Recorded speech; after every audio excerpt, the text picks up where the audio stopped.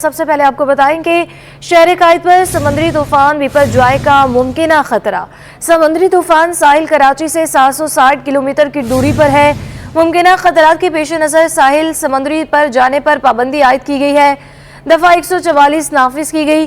महकमे मौसमियात के मुताबिक समुद्री तूफान बिपरजॉय शुमाल मशरक़ की जानिब बढ़ रहा है। मजीद क्या तफसीलात है जानते हैं हमारी नुमाइंदा आदिया नाज से। आदिया से इस हवाले से भी तफसीलात जानेंगे। आपको बताएं शहर कायद पर समुद्री तूफान बिपरजॉय का मुमकिना खतरा पेश आ चुका है। समुद्री तूफान साहिल कराची से 760 किलोमीटर की दूरी पर है।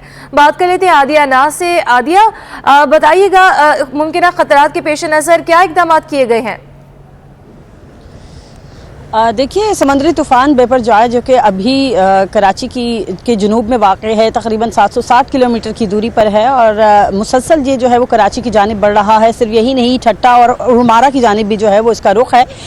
इस हवाले से अगर बात करें कि ये समुद्री तूफ़ान जो है इसकी कैफियत क्या है, तो तकरीबन 160 से 140 किलोमीटर फ़ी घंटे की रफ्तार से जो है वो समंदर इसके तूफ़ान के मरकज़ में जो है वो हवाएँ चल रही हैं और बहुत ज़्यादा इसकी जो है वो इस तूफ़ान के मरकज़ के अंदर जो है वो शिद्दत बताई जा रही है। अलबत्ता जो स्पीड है, जिस स्पीड से ये तूफ़ान आगे बढ़ रहा है, ये तकरीबन 8 से 9 किलोमीटर फ़ी घंटे की रफ्तार है। और महकमा मौसमियात का बताना है कि ये जो तूफ़ान था इसका आगाज़ जो है वो शुमाल जनूब से हुआ और फिर उसके बाद इन्होंने अपना रुख जो है शुमाल मगरिब की जानिब किया। शुमाल मगरिब ओमान का साहिल है। पहले इसका रुख उस जानिब था और ख़दशा था कि ये ओमान को जो है वो ख़तरा पहुँचाएगा, लेकिन फिर अचानक से 3 दिन पहले इस तूफ़ान ने जो है वो अपना रुख शुमाल मशरिक़ की जानिब किया, जो कि कराची और फिर इंडिया के गुजरात की साहिली पट्टी होती है या सिंध की जो साहिली पट्टी है इस जानिब रुख किया। और अब कराची से तो तकरीबन 760 किलोमीटर की दूरी पर है, लेकिन ठट्टा से तकरीबन 740 किलोमीटर की दूरी पर है। इसी तरह ये भी बताया जा रहा है कि जो उड़मारा है वहाँ से तकरीबन 840 किलोमीटर की दूरी पर रह गया है ये तूफ़ान। और जो तूफ़ान का मरकज़ है वहाँ पर समंदरी जो लहरें हैं वो तकरीबन 40 फीट तक जो है वो बुलंद हो रही हैं। कराची के साहिल में जो तुग़यानी है उसके ख़दशात ये ज़ाहिर किए जा रहे हैं कि तकरीबन बुध को जो है वो बहुत ज़्यादा तुग़यानी होगी और अलबत्ता माहीगीरों को कल से जो है वो साहिल समंदर पर जाने से मना कर दिया गया है। 12 जून कहा गया था और पीर का दिन के उसके बाद माहीगीर जो हैं वो समंदर के अंदर ना जाएं, क्योंकि तुग़यानी जो है वो आहिस्ता आहिस्ता बढ़ती चली जाएगी। अभी भी समंदर पर कुछ ऐसे ही मनाजर देखने को मिल रहे हैं। माहीगीरों की बड़ी तादाद जो है वो साहिल समंदर पर मौजूद है और वो शिकार की गर्ज से जो है वो अंदर है। अलबत्ता कल के हवाले से जो है वो ये है कि मना किया गया है, लेकिन अमूमन होता यही है कि माहीगीरों को बेशक मना किया जाए, लेकिन वो कराची के किनारे वाली साइड पर जो है वो मौजूद रहते हैं क्योंकि रोज़गार की वजह से परेशान होते हैं। इसी तरह से दफ़ा 144 जो है वो कराची में नाफिज है और जो साहिली साइड है वहाँ पर जो है वो बैरियर्स लगाए गए हैं, पुलिस वहाँ पर तैनात है और कहा जा रहा है कि साहिल समंदर वाली साइड पर जो है वो लोग ना जाएं। अभी मैं दो दरिया पर मौजूद हूँ और यहाँ पर जो है वो मनाजर यही को देखने को मिल रहे हैं कि लोग आकर नज़ारे तो ज़रूर कर रहे हैं, लेकिन पानी के अंदर नहाने के लिए जो कोई नहीं जा रहा, क्योंकि आहिस्ता आहिस्ता लहरें जो हैं वो बुलंद हो रही हैं। अमूमन जो लहरों की कैफियत होती है वो नहीं होती है, तो आज उससे थोड़ी सी बुलंद है। अलबत्ता जो शिद्दत पकड़ेगा वो बुध और जुमेरात को। जी अदीना, जैसे कि आप बता रही हैं कि वहाँ पर अभी भी लोग जो है वो मौजूद हैं, माहीगीर भी वहाँ पर मौजूद है, पानी के अंदर जा रहे हैं, तो उनके लिए क्या इंतजाम किए गए? क्या वहाँ पर कोई लोग मौजूद हैं, इंतजाम जो किए गए जिनकी जानिब से जो इन्हें पानी के अंदर जाने से मना कर रहे हैं, या जो लोग वहाँ पर आ रहे हैं उनको इस समंदर से दूर रहने के लिए कहा जा रहा है?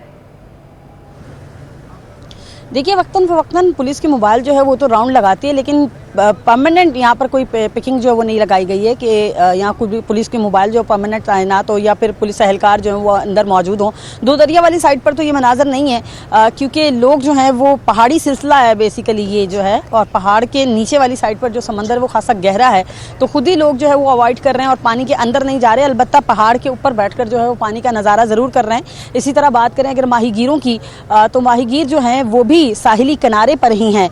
मैं अपने कैमरामैन से कहूँगी ज़रा एक दफ़ा आपको ये मंज़र भी दिखा दें। मेरे जो है लेफ़्ट साइड के ऊपर यहाँ आप देख सकते हैं, बिल्कुल करीबी साइड पर जो है, बहुत ज़्यादा अंदर की तरफ नहीं लेकिन करीबी साइड पर जो है माहीगीरों की कश्तियाँ आपको जो है वो नज़र आ रही होंगी शिकार की घर से, और ये बिल्कुल साहिल के किनारे के साथ साथ ही हैं। अंदर जाने से खुद भी अवॉइड कर रहे हैं और अलबत्ता कल तो बिल्कुल ही मना कर दिया गया है कि आप समंदर के अंदर जो है वो अपनी कश्तियों को नहीं लेकर आएँ, और जो माहीगीर अंदर मौजूद हैं उनको जो है से इन्फॉर्म भी कर दिया गया है कि समुद्री तूफ़ान आहिस्ता आहिस्ता जो है वो कराची की जानिब शिद्दत पकड़ेगा, तो उनको जो है वो कहा गया है कि वो गहरे समंदर से वापसी की जानिब लौट आएँ। तो इस वक्त दो दरिया के मुकाम पर जो है वो बेशुमार माहीगीर हैं जो कि बिल्कुल किनारे पर हैं और बहुत अंदर की तरफ नहीं। इसी तरह ये लोग आप देख सकते हैं फ़िशिंग वगैरह करते हुए नीचे ज़रूर मौजूद हैं, लेकिन अंदर जाने से गुरेज कर रहे हैं। और जो पिकनिक की गर्ज से आए हुए हैं वो भी कोई बहुत बड़ी तादाद नहीं है लोगों की, कम तादाद में जो है वो लोग यहाँ पर हैं, लेकिन घरों से निकले हुए हैं। चूँकि कराची में गर्मी भी बहुत ज़्यादा है, तो गर्मी की शिद्दत को भगाने के लिए तो वैसे ही कराची वाले जो हैं वो कराची के समंदर को जो है वो गनीमत समझते हैं। और फिर इसके साथ साथ चूँकि आज छुट्टी का दिन भी है, तो अमूमन बहुत बड़ी तादाद जो है वो साहिल समंदर का ही रुख करती है कराची वालों की। हाँ, इसमें थोड़ी सी ये है कि कम तादाद में लोग हैं लेकिन आए हुए हैं। जी, शहर कायद पर समुद्री तूफान बिपरजॉय का मुमकिन खतरा मौजूद है। समुद्री तूफान साहिल कराची से 760 किलोमीटर की दूरी पर है। मुमकिन खतरात के पेश नज़र साहिल समुद्री जाने पर पाबंदी आयद की गई है। दफ़ा 144 भी नाफिज किया गया है। हमारी नुमाइंदा जो है आदिया नास वहाँ पर मौजूद है। आदिया, बताइएगा, जैसे कि आप बता रही हैं कि मुमकिन खतरात जो है मौजूद है इसके बिपरजॉय के, क्या जो है इसके डिज़ास्टर के हवाले से बताया जा रहा है कि क्या जो है इसके इक़दाम किए गए हैं, या फिर कितनी जो है तूफान की वजह से अब जो परेशानियां उनको फेस किया जाएगा? देखिए, जो ख़तरात हैं इस हवाले से तो महकमा मौसमियात का जो अर्ली ट्रॉपिकल सेंटर है वो तो मुसलसल जो है मॉनिटरिंग पर है, और उनके लोग जो हैं वो मुसलसल मीडिया को भी लूप में लिए हुए हैं, आगाह कर रहे हैं इसी हवाले से।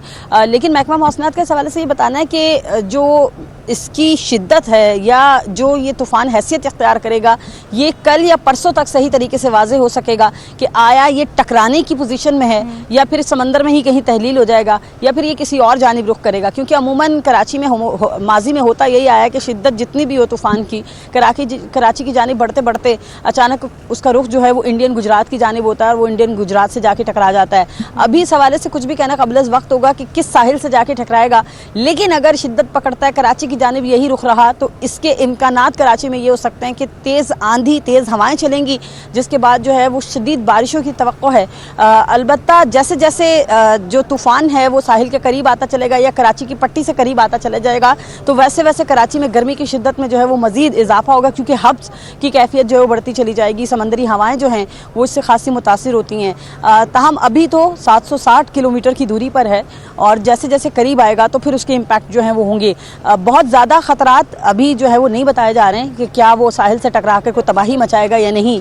इस हवाले से ट्रॉपिकल सेंटर जो है वो आइंदा 2 रोज़ तक जो है वो मज़ीद अलर्ट जारी कर सकता है। जी, आइंदा 2 रोज़ तक मज़ीद अलर्ट जारी किया जाएगा। आदिया, बताइएगा कि जैसे कि आप बता रही हैं कि अभी काफ़ी दूर है, 2 दिन तक मज़ीद जो है कहा जा रहा है दफ़ा 144 भी नाफिज की गई है और लोगों को भी मना किया जा रहा है। ये कब तक जो है तूफ़ान जो है कराची के साहिल से टकराएगा? देखिए, अभी जो सूरत हाल अभी जो मंजर देखने को मिल रहा है वो तो फ़िलहाल यही है कि साहिल पर पुलिस एहलकार जो है पुलिस की जो बाइक्स हैं उसके ऊपर आ रहे हैं, और जो लोग ऊपर बैठे हैं जिनका उनको ज़्यादा ख़तरा होता है उनको यहाँ से हटा रहे हैं कि आप यहाँ से हट जाइए और इस तरफ जो है वो ना आएँ। ख़तरात कुछ इसी तरह से हैं कि कोई टकराने का कोई बहुत ज़्यादा अभी जो है वो खदशा जाहिर नहीं किया जा रहा है। अलबत्ता समंदर की लहरें बुलंद होंगी, तूफ़ानी बहुत ज़्यादा हो जाएगी, और जो साहिल की कैफियत है यानी कि समंदर इन दिनों बहुत दूर या पीछे साइड पर होता है, तो वो आजकल जो है वो थोड़ा करीब आया हुआ है साहिल के, और उसकी लहरें जो हैं, जैसे कि 2 दरिया का मुकाम है यहाँ तो स्टिल पानी होता है, लेकिन आजकल यहाँ पर लहरें जो हैं वो बनना शुरू हुई नहीं है, क्योंकि थोड़ी सी तूफ़ानी की कैफियत है। ज़्यादा जो कैफियत है वो बुध के रोज़ हो सकती है कि बहुत ज़्यादा तूफ़ानी और फिर पानी जो है वो बहुत ज़्यादा ऊपर आ जाए। तो इस हवाले से जो इंतज़ामिया की जानिब से दफ़ा 144 के तहत इक़दाम हैं वो ये कोशिश ये की जा रही है कि किसी भी तरह इन लोगों को जो है वो समंदर के अंदर जाने से मना किया जाए, गुरेज रखा जाए, लोग पानी के अंदर ना जाएं, क्योंकि खुदा ना खास्ता किसी भी लम्हे कोई भी ख़तरनाक लहर जो है वो किसी को भी अपने साथ बहा के ले जा सकती है। सिर्फ यही नहीं, जो समंदर के अंदर हवाएं हैं वो भी इस वक्त जो है वो ख़तरनाक सिचुएशन में, लेकिन जो ख़तरनाक सिचुएशन है वो बेसिकली जो सेंटर जो मरकज़ है तूफ़ान का वहाँ पर है, क्योंकि 140 से 160 किलोमीटर फ़ी घंटे की रफ्तार की हवा जो है वो बहुत ज़्यादा होती है। इसी तरह बुलंद लहर जो है वो अमूमन आम दिनों में अगर देखा जाए तो 5 से 6 किलोमीटर की बुलंदी पर हो तो वो भी ख़तरनाक होती है। लेकिन इन दिनों तो वैसे ही 30 से 40 फीट की बुलंदी पर जो है वो लहरें हमें नज़र आ रही हैं। और वो भी बताया जा रहा है उनकी जानिब से कि ये सिर्फ मिड में है, तूफ़ान का जो सेंटर है उस तरफ है। अलबत्ता जिन साहिलों की जानिब इसका रुख होगा वो साहिल इससे मुतासिर होंगे और वहाँ पर जाके जो वो तुग़यानी होगी, जिसमें ठट्टा भी है, ओमान भी है। जैसे ये अभी देखिए, मैं अपने कैमरामैन से कहूँगी, आप देख। बहुत शुक्रिया आदिया नाज, तफसीलात से आगाह कर रही थी। कमिश्नर कराची की जानिब से समुद्री तूफान के पेश नज़र समंदर में जाने पर पाबंदी आयद कर दी गई। इब्राहिम हैदरी में माहीगिरों ने अपनी लांचें कश्तियां खड़ी कर दी हैं। कमिश्नर कराची की जानिब से समुद्री तूफान के पेश नज़र समंदर में जाने पर पाबंदी तो आयद कर दी गई है। इब्राहिम हैदरी में माहीगिरों ने अपनी लांचें कश्तियां खड़ी कर दी हैं। तफसीलात जान लेते हैं हमारे नुमाइंदे बसीम इफ्तिखार से। बसीम, बताइएगा। आज बिल्कुल जैसे कि महकमा मौसमियात के मुताबिक समुद्री तूफ़ान बिपाश जो है कराची से 770 किलोमीटर दूर बहर अरब में जुनूब में मौजूद है। और इस हवाले से जो ज़िला इंतज़ामिया कमिश्नर कराची उसकी जानिब से समंदर पर जाने पर पाबंदी आयद की गई है और इस पाबंदी का इतलाक़ जो है वो कल से होगा। इस वक्त मैं मौजूद हूँ इब्राहिम हैदरी में। इब्राहिम हैदरी का जो ये साहिली इलाका है, आप देख सकते हैं कि जिस तरीके से पाबंदी आयद की गई है ज़िला इंतज़ामिया की जानिब से, तो माहीगीरों ने जो है वो अपनी लांचें ये खड़ी कर दी हैं। जो ये साहिली हिस्सा है इब्राहिम हैदरी का, यहाँ से रोज़ाना की बुनियादों पर हज़ारों माहीगीर समंदर में जाते हैं मछली के शिकार के लिए। लेकिन अब जब से ये अलर्ट जारी हुआ है तो इसके बाद से जो माहीगीर हैं उन्होंने अपनी लांचें खड़ी कर दी हैं। इस वक्त मेरे साथ मौजूद हैं माहीगीरों के नुमाइंदे और समाजी रहनुमा कमाल शाह। इनसे जानते हैं। कमाल, ये बताइएगा कि क्या सूरत हाल है?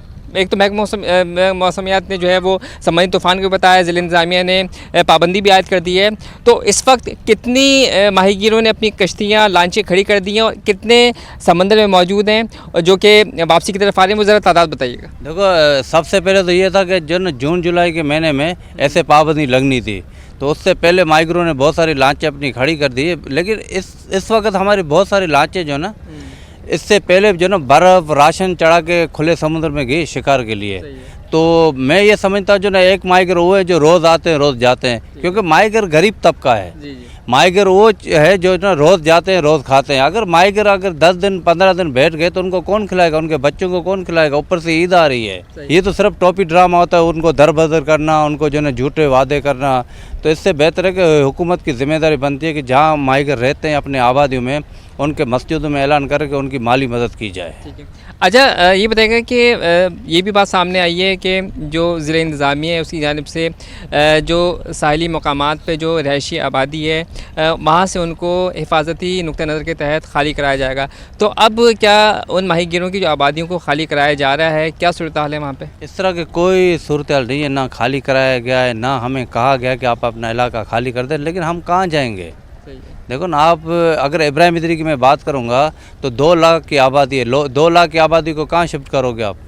ठीक है ना, ऐसी जगह है नहीं, कराची में ऐसी ज़मीनें हैं नहीं जो ऐसे जो ना आप उनको जो ना वहाँ पर रखेंगे और उनका जो ना खाने पीने का बंदोबस्त है, हर चीज़ है। ये तो सर देखो, हमें दर बदर करने की जो ना साजिश है। लेकिन मैं ये समझता हूँ कि हुकूमत की जिम्मेदारी बनती है कि आप यहाँ पे इमरजेंसी कैंपें लगाए जाए, माहीगीरों को हिदायत की जाए कि भाई आप खुले समुद्र में ना जाए, ऐलानात कराए जाएँ, तो फिर जाके जो ना माहीगर जो ना बच सकते हैं। जी बिल्कुल, ये थे कमाल शाह जिनका बताना है कि सूरत हाल ये है कि जो माहीगीर हैं वो अब जो है वापसी पे हैं और उसके साथ साथ इनका ये कहना है कि हुकूमत की जानिब से और ज़िला इंतज़ामिया की जानिब से जो इंतज़ामात किए जाने थे वो इंतज़ामात नहीं किए गए हैं। और इस हवाले से इनका ये कहना है कि इस तरीके के जो अलर्ट्स हैं वो जारी होते रहते हैं। तूफ़ानों के ख़तरात के हवाले से जो है वो हुकूमत को चाहिए कि मस्जिदों में ऐलानात कराए जाएँ और इसके साथ साथ माहीगीर तबका जो है वो गरीब तबका है, उनके लिए जो है वो माली मदद उनकी मुश्किलात जो है वो इन दिनों में कम हो सकें। जी, शहर कायद में समुद्री तूफान का मुमकिन खदशा, कमिश्नर कराची का बिल बोर्ड, साइन बोर्ड समेत इश्तहारी मवाद हटाने का हुक्मनामे पर अमल दरामद के लिए KMC, कैंटोनमेंट बोर्ड्स और तमाम म्यूनसिपल कमिश्नर्स को खत लिख दिया गया है। मजीद इस पर क्या तफसीलात हैं, जानते हैं हमारे नुमाइंदे रिजवान अहमद हमारे साथ मौजूद है। रिजवान, बताइएगा। जी बिल्कुल, देखिए प्रेडिक्शन की जा रही है कि कराची में जो समुद्री तूफान का खदशा है उसके पेश नज़र 12 से 17 जून तक शहर में तेज हवाएं चल सकती हैं और बरसात हो सकती है। जिसके नतीजे में जो है वो हिफाजती इकदाम के पेश नज़र कमिश्नर कराची की जानिब से शहर भर से बिलबोर्ड, साइन बोर्ड और दीगर इख्तियारी मवाद जो है वो हटाने का हुक्मनामा जारी कर दिया गया है, जबकि इंसानी जानों को महफूज बनाने के लिए कमजोर दरख्तों की कटाई छटाई के लिए अहकाम जारी किए गए। हुक्मनामे पर अमल दरामद के लिए KMC, कंटोनमेंट बोर्ड और तमाम जिले जो म्यूनसिपल कमिश्नर हैं इनको खत लिखा गया है, जबकि फैसले पर अमल दरामद के लिए तमाम जिला के डिप्टी कमिश्नर को भी जो है वो पाबंद किया गया है। इस वक्त की जो ताज़ा सूरत हाल है वो ये है कि हुक्मनामा तो जारी हो गया है, लेकिन किसी किस्म के कोई इक़दाम जो है वो ताहाल हमें शहर में होते हुए दिखाई नहीं दे रहे हैं और तमाम बिल बोर्ड और साइन बोर्ड और दीगर इख्तियारी मवाद जो है वो बदस्तूर अपनी जगह पर कायम है। जी, आप हमारे साथ ही रहिएगा। Rizwan. CEO water board engineer Syed Salahuddin का कहना है कि वाटर एंड सीवरेज एक्ट के नाफिज होते ही इदारे की माली वसूली बेहतर की जाएगी।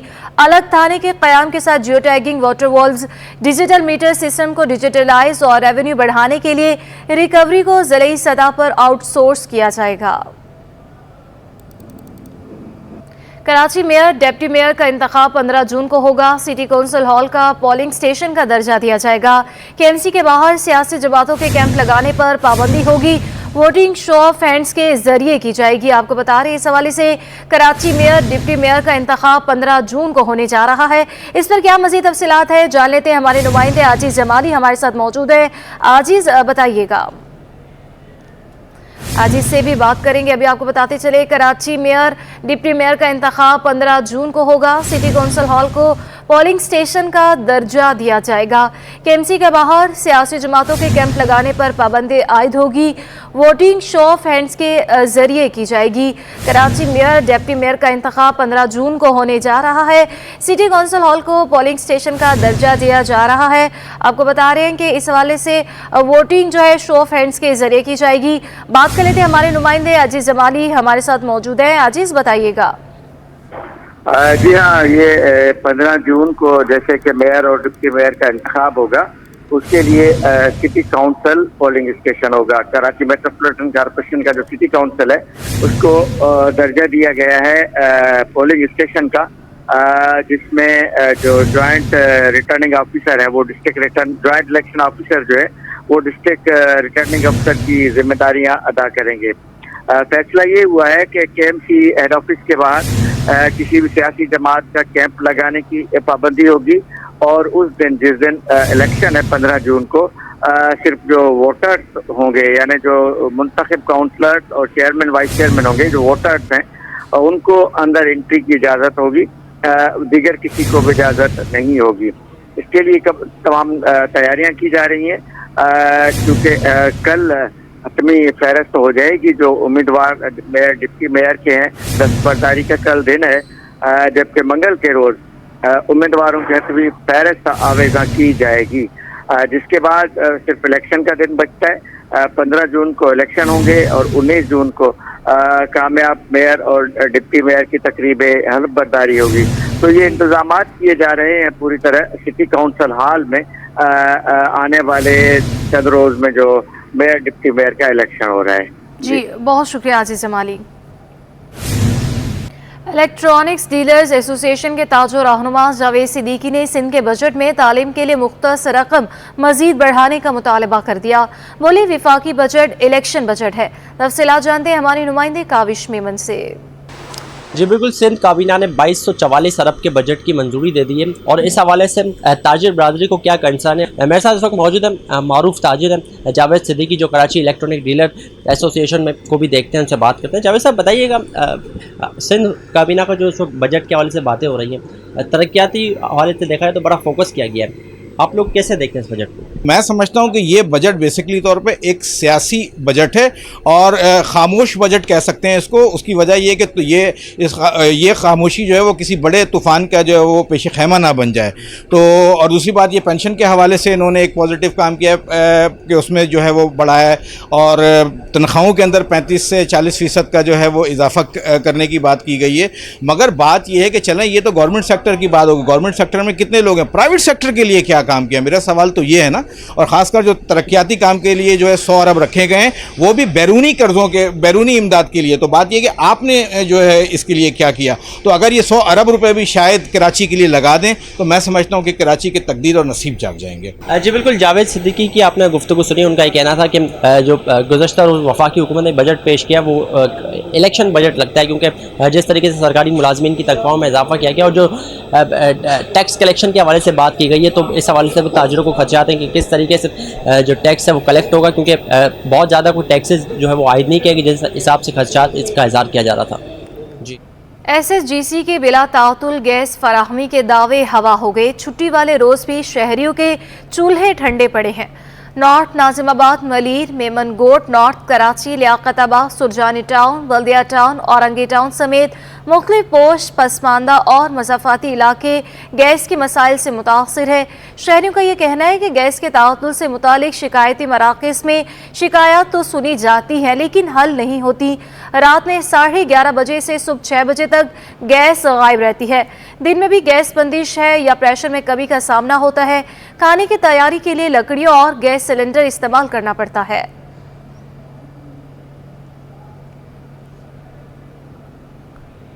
और अब आपको बताएं कि शहरियों ने छुट्टी के रोज सुबह का आगाज गर्मा गर्म हलवा पूरी के नाश्ते से कर दिया। बहादुराबाद में शहरियों की बड़ी तादाद अपनी फैमिलीज और दोस्तों के साथ गर्मा गर्म हलवा पूरी का नाश्ता एंजॉय कर रही है। मज़ीद जानते हैं हमारी नुमाइंदा इकरा अवान से। बिल्कुल, इस वक्त मैं बहादुराबाद फूड स्ट्रीट पे मौजूद हूँ। इतवार का रोज़ है, छुट्टी का रोज़ है, तो ऐसे में जो कराची के शहरी हैं वो सुबह सुबह हलवा पूरी के नाश्ते से लुत्फ़ अंदोज़ होने के लिए घरों से बड़ी तादाद में बाहर निकले हैं और हलवा पूरी के नाश्ते से लुत्फ़ अंदोज़ हुआ जा रहा है। मेरे कैमरामैन इब्राहिम अगर आपको दिखाते चलें कि यहाँ पर इस टाइम पर हलवा पूरी के नाश्ते से बच्चे बड़े जवान सभी इस वक्त जो है खूब लुत्फ़ अंदोज़ हो रहे हैं। हलवा पूरी के जो शौकीन है वो गर्मा गर्म जो हलवा पूरी है वो खाते हुए दिखाई दे रहे हैं। उनका कहना है कि सुबह का जो नाश्ता है छुट्टी के रोज़ हलवा पूरी के बगैर जो है वो मुमकिन नहीं हो सकता। और ऐसे में अगर बहादुराबाद की गर्मा गर्म हलवा पूरी हो और छुट्टी का दिन हो और दोस्तों के साथ इंसान घरों से बाहर निकले और हलवा पूरी का नाश्ता ना हो तो उनकी इतवार की जो सुबह का नाश्ता है वो मुकम्मल नहीं होता। तो ऐसे में दोस्त और फैमिलीज़ जो हैं वो घरों से बाहर निकली और यहाँ पर हलवा पूरी का नाश्ता इंजॉय कर रहे हैं। दोस्तों का कहना है कि आउटिंग भी हो जाती है और नाश्ता भी इंजॉय हो जाता है और फैमिलीज़ का यही कहना है कि गेट टुगेदर भी हो जाता है, बाहर आउटिंग भी हो जाती है और बैठ कर दिल की कुछ बातें भी शेयर्स हो जाती हैं और नाश्ता भी इंजॉय हो जाता है। हफ्ते भर की थकावट भी दूर हो जाती है और गर्मी भी है, तो ऐसे में जब हम घरों से बाहर निकलते हैं तो थोड़ा सा माइंड भी फ्रेश हो जाता है और गर्मा गर्म जब हलवा पूरी के नाश्ते से लुत्फ़अंदोज़ हुआ जाता है तो दिन का आगाज़ भी अच्छा होता है और दिन भर जो है मूड भी खुशगवार रहता है। जी, अब आपको बताएं कि वर्ल्ड स्पेशल गेम्स 17 जून से जर्मनी के शहर बर्लिन में हो रहे हैं। इवेंट में शिरकत के लिए पाकिस्तान का दस्ता कल रवाना होगा। मज़ीद बता रही है हमारे नुमाइंदे जावेद इकबाल।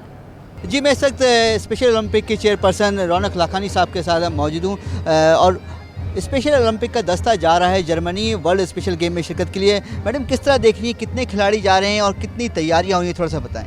85 एथलीट्स जा रहे हैं, 11 स्पोर्ट्स में जा रहे हैं इंशाअल्लाह ताला।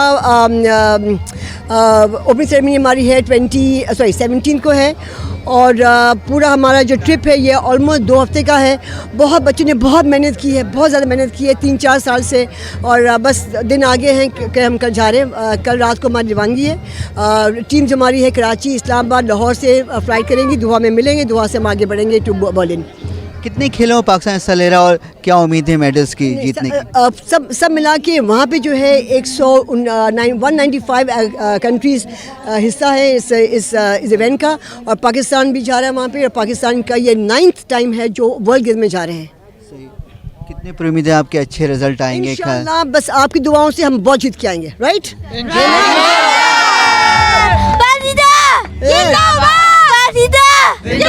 सुना आपने कि खिलाड़ी बड़े पुरज़म हैं और जो मैडम है वो भी बता रही हैं कि कोशिश है कि अच्छी तैयारी हुई और रिजल्ट भी अच्छा आएगा। उनकी ख्वाहिश है कि पाकिस्तान टीम अच्छी परफॉर्मेंस शो करे वहाँ पर। जी।